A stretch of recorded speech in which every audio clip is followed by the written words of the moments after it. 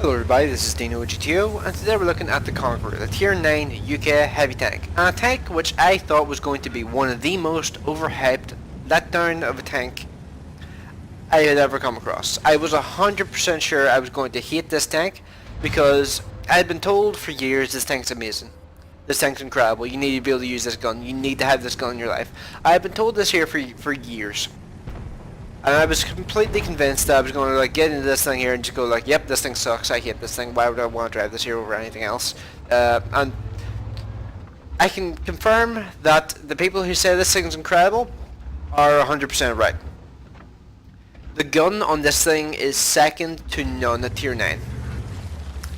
It is unbelievably good. It's a 400 alpha gun, and it also has these incredible HE rounds with 120 pen to 515 alpha per shot. These are incredible, and you carry more of them. I don't know why I'm only carrying 2 of them. And that's something I'm going to change after I finish recording this.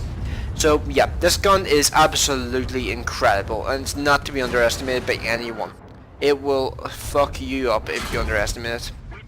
And I've done 1150 damage at this point, and now the Screw T50 is about to just wreck my shit here. Because I can do nothing to a Screw T50 in that sort of situation. And let's see. And yeah, he repairs and gets away, unfortunately. And now the FE183 just goes to look at me, and I just shoot that guy and just nope out of there, because I'm just like, I don't want to get hit by that monster gun, because that will kill me, no problem whatsoever. And there's T10 over here. So this T10, I was initially really nervous about popping around this corner, because he could potentially one-shot me with the big gun, which he is using, you can tell. And that was a really dumb shot. That was me not paying attention to where I was aimed. I clipped that little wall in front of me, and I also overestimated the size of this tank. That's something that catches me out from time to time in this particular tank. And by the way, this Skoda, I don't know what he was thinking, but he shot the Borsig instead of shooting the Tier 9 heavy tank. I don't know why he did that. Why would you not remove the Tier 9 from the game? Why would you deteriorate it with a Tier... I really don't know why he did that, but you're going to see that's going to have a pretty drastic impact on the actual game itself. So far I've done 400 damage while on 14 health. Now there's this FE183. Well, stick a shot in his rear drive wheel, track him in place, and, well, this guy apparently has a really shitty repair crew, because this is a 9-second reload, and he didn't repair his tracks before he was able to fire at him, which is pretty incredible, honestly, because I can't really think of why your repair skill would be that bad at tier 9, or no, not tier 9, tier 10, I mean. So yeah, and there's that WZ-111. He kind of he doesn't realize initially where I actually am, and then he realizes here I'm actually aiming at him, and he bounces his shot off my upper front plate, I believe it was, and I can stick another shot into him. He gets a big shot to the side from the Scorpion G.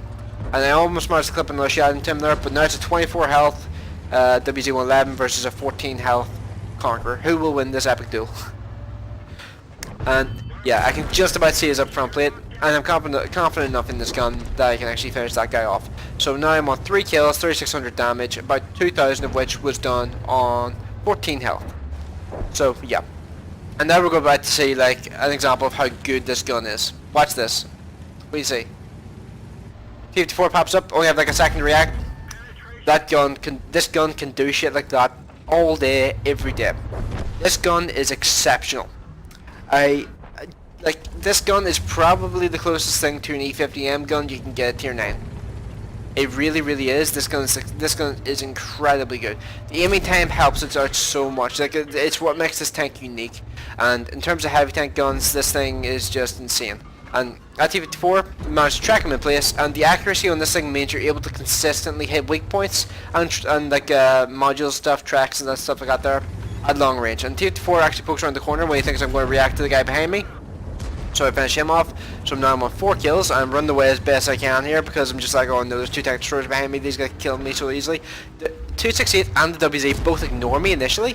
268 kind of runs away. He takes a shit ton of damage, and then WZ is rushing towards me. So now I'm getting really nervous here, because I don't want to die. I'm on 4,800 damage. WZ drives forward. He drives into this mound in front of me, and now I'm trying to push him so that he can't get his gun faced at me. And unfortunately, I'm not quite fast enough, and I clip his area where his just behind his gun mallet, and that I think meant that I actually killed his gunner or something, because that meant that he missed that shot, didn't kill me. So now I'm on 5,600 damage, by 3,000 of which was done on 14 health. Actually, it's probably 4,000 done on 14 health, because like, Jesus, like this gun, this tank, do not underestimate these things. This thing, in comparison to the M103, is like night and day. I hated the M103 with every ounce of my being. I hated that tank so much. This thing here, I can see why people love it. I can genuinely see why people adore this thing and why they're afraid of any changes Wargaming they're going to make to it. But yeah, quick thing I'm going to just do just before going to the post-game stats. So, a little thing I learned recently is, well, the way of telling which side the ammo rack is on. Well, driver's G-port is here, seems obvious. So the driver, if you shoot down the lower front plate here, that will hit the driver, that will knock out the driver. If you shoot this side, this is the ammo rack. The ammo rack is what will blow the turret off this thing, because the ammo rack is hit by every other shot. And I got really lucky in this game because I didn't get ammo racked, but that's a serious weak point you need to be aware of. If you're able to go hold down, you're fine, and you're not going to have any issues. But it's a serious weak point you need to be aware of if you're in the city fight and stuff like this. And also, like the FE215B weak point below the turret, like this area here, this like out, like this bump in the hull. This is also on the FE215B, and it's also on the Conqueror. A lot of people don't realize it's on the Conqueror. A lot of people don't even realize this like little like bump in the side of the turret is actually there. So if you see one of these things side scraping at a really, really good angle, shoot below the turret and you will probably penetrate. It's kind of like the Lova. Lova has a little area like this as well, but the Lova's area is a lot stronger and a lot smaller. So yeah, let's go on to the post-game stats here now.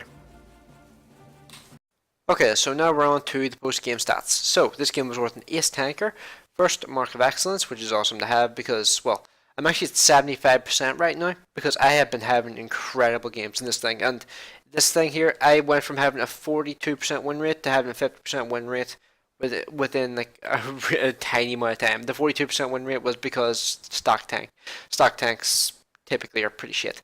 But yeah, first mark of excellence, high caliber, and for obvious reasons, Spartan. And 2,866 XP, don't worry about that too much. The reason for that is because I had a couple of boosters active, so let's see what the real XP is by looking at the team scores. So that was 1,433 base XP, with 5,638 damage and 4 kills. So yeah, that was a pretty damn good game. And the highest score on the enemy team actually was the enemy T-54 that I killed. And the Scorpion G came second in our team and had a really, really nice game. That actually reminds me of a replay I really need to take a look at about the Scorpion G.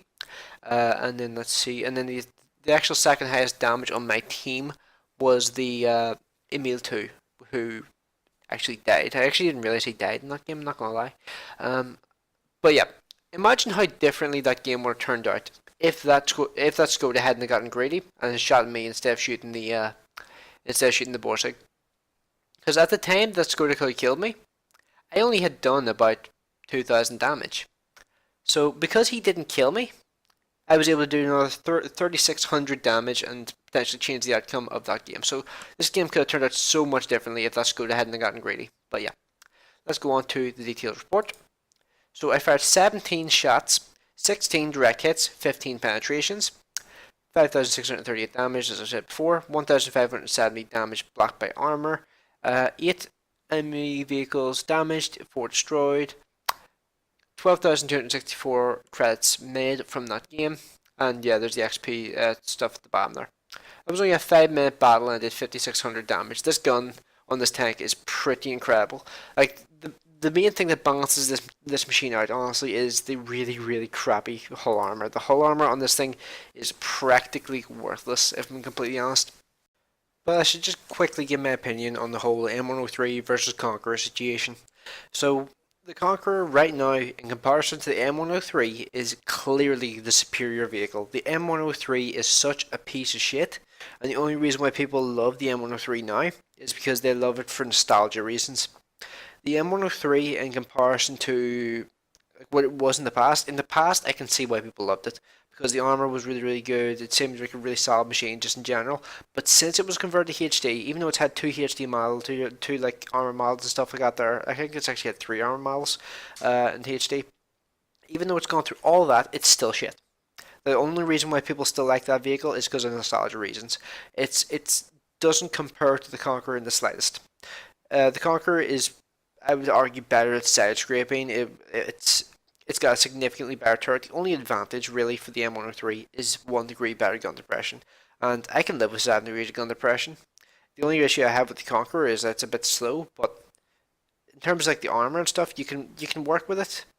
You just need to be very, very cautious about the way you play and like how far behind you fall, like when it comes to your team and stuff. But yeah, Conqueror clearly the superior vehicle in comparison to the M103. It's not even a contest in my mind. So yeah.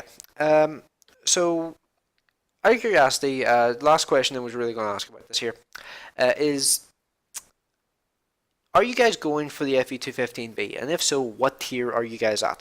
Because if I was anything below tier 8, I wouldn't even attempt to go for it because the Carnarvon is an awful grind. The Conqueror stock grind is horrific.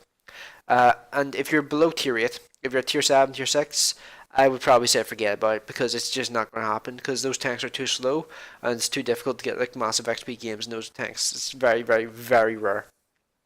And when it comes to things like the Carnarvon's got a giant ammo rack in the same place that the Conqueror has it, and it's those things get ammo racked all the time from what I've seen. They really, really do, and yeah, and the Conqueror, the Carnarvon, the FE215B, they're all complete arty magnets as well. This thing here, even if there's like Leo PTAs and stuff like that, they're sitting still right next to you.